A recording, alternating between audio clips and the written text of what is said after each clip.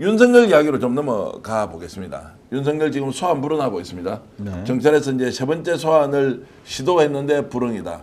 김건희는 지금 갑자기 병원에 입원을 했는데 순환기내과로 갔다가 정신과 질환으로 입원을 했다. 호흡기내과로 갔다가 정신과로 이제 정신과로 이제 가 있는데 자 이렇게 됐는데 조선일보가 이것을 대서특필을 했습니다. 남편이 밤새도록 지켰다. 남편이 밤새도록 지켰다. 자 이제 이 상황을 이제 어떻게 이해해야 하느냐? 김건희가 실제로 병증이 있다면 어느 정도 심각한 것인지 혹시 파악되는 게 있습니까? 뭐 듣고 있는 거는 최근에 이제 윤석열은 아크로에 있었고 김건희는 이제 분당 밑에 분당 옆에 판교 쪽에 지인의 이제 집에서 머물렀는데요. 공황장애 비슷하게 굉장히 이제 감정의 기복이 조절이 안 되고 하는 것들은 맞고요. 그 부분에 대해서는 여러 사람들의 이야기가 있습니다.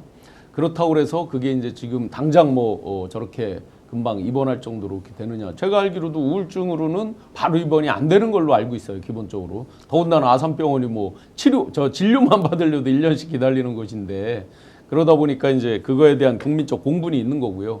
윤석열은 최근에 이제 술을 약간 줄여서 몸은 더 슬림해지고 혈색은 좋아졌다고 합니다. 근데 어제 이제 법정 출두할 때 보셨잖아요. 옷하고 아래 위 저 옷도 다 그냥 막 매칭이 안 되고 난리가 났잖아요. 뭐 바지 상태 이런 것 옷을 보면 이게 도저히 이게 집에서 뭐가 케어가 되는 사람인가 아닌가 할 정도로 그런 게 이제 이유들이 보이고 있는 거죠.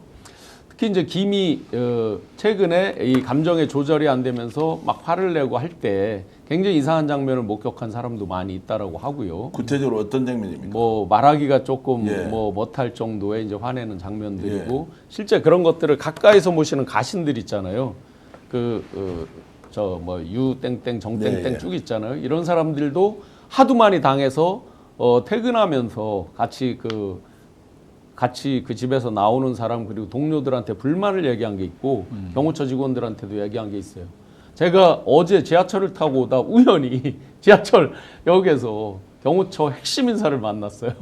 그래서 반갑게 인사 나누고 또 여러 이야기도 듣고 했는데 실제로 이제 그런 컨트롤 안 되는 면이 많이 보였던 건 사실이고 이 병원에 입원하는 데는 다른 사람이 도움을 준 것 같아요. 김건희의 핵심 가까운 의사. 그 사람이 조기에 입원하게 하는 걸 좀 도와준 걸로 일단 제보는 돼 있습니다. 자, 아산병원 입원이라는 것은 응급실에 가서 긴급을 요할 경우에는 입원이 가능하고 그 외에는 일반 진료를 통해서 사실상 입원이 어렵다라고 하는데 실제로 본인이 그러면은 우울증의 상황이 굉장히 악화돼서 입원이 불가피했다 이렇게 우리가 그냥 추측하면 됩니까? 우울증 가지고는 입원하기 정말 어려워요. 예. 사실 우리 국민 전체가 사실 트라우마가 있고 우울증에다가 저 같은 경우는 뭐 과호흡증에 공황장애도 있고 하는 사람인데 다 힘들죠. 숨쉬기 힘들고 저런 진짜 짜증나고 화나는 뉴스 보면 더더구나 숨도 안 쉬어지잖아. 솔직히 우리 나이에. 근데 단순히 우울하지 않으면 안 되지. 감옥에 가서 어쩌면 죽을지도 모르는데 그 우울한 게 정상인 거예요. 저거는. 그러면 그런 우울증 치료는 잘못을 사죄하고 눈물로 국민한테 읍소하면서 책임을 지는 게 우울증 치료의 특허 약입니다. 그런데 네. 지금 당장 지금 내란 특검의 수사를 모면하려고 도망간 건데 얼마나 도망갈 수 있겠어요. 사실은 저희 지인이 뭐 가족을 포함해서 아산병원에서 치료받고 있는 분들이 계세요. 그래서 얼마나 저 병원에 들어가기 어려운지를 잘 알고 있습니다. 정말 제 아내도 사실은 아산병원에서 치료받고 있는데 웬만해서 못 갔어요. 그 단계를 다 거쳐서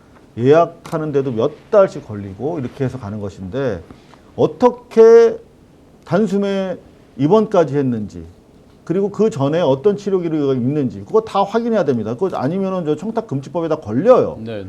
아마도 제가 의심하기에는 캄보디아에 다 모든 문제가 있어 지금 보면 캄보디아 그 아이 와서 치료하고 그 훈센 총리한테 병원장이랑 그 박모 의사도 소개해주고 그랬던 그런 관계가 있습니다. 그게 무시로 되는 게 아니거든. 그 하필이면 또 다른 많은 병원 중에서 아산병원에서 집 치료하고. 앞에 바로 저 강남 성모병원인데. 아니 그러니까 간 것도 그렇고 네네. 그때 그 아이를 거기서 치료한 것도 그렇죠. 그렇고 여러 가지 설명해야 될 부분이 있다. 그리고 이번에 보면은 지금 G7 통역 한 친구 있지 않습니까? 서기관인데 외교부 그 친구도 사실 제가 보니까 순차 통역이 엉망이더라고. 대통령을 완전 바보로 만드는 통역을 하던데 제가 영어가 약간 되거든요. 예. 잉글리시 비캄스. 예, 예. 네, 근데 이렇게 하는 거 아니구나. 여하튼 간에 제가 들어도 말이 안 되는 번역을 하고 통역을 하고 있더라고. 그래서 그 친구 어서 온 친구가 봤더니 지난번 윤석열 때 따라다니던 친구야. 근데 윤석열 탄핵되고 나서 원래 윤석열 수행 통역이 그 외교부에서 가장 끝발 있고 잘 나가는 자리입니다. 거기 있다가 영전하기 때문에. 그래서 어디로 영전했나 봤더니 어디 있었는지 아십니까 그동안? 이번 직전에 대통령실에서 하도 사람이 없어서 불러오는 거거든. 그 의정 경험이 있는 사람. 캄보디아에 있었어요. 그래요? 네, 저 친구도 캄보디아를 영전으로 갔어. 그거 뭔가 있기 때문에 자꾸 캄보디아로 보내는 거거든. 캄보디아에서 뭘 했죠? 캄보디아 외교부에 서기관들로 있었죠. 거기서 뭔가 뭐 지키고 이행 상황을 체크하라는 어떤 미션이 있었겠지.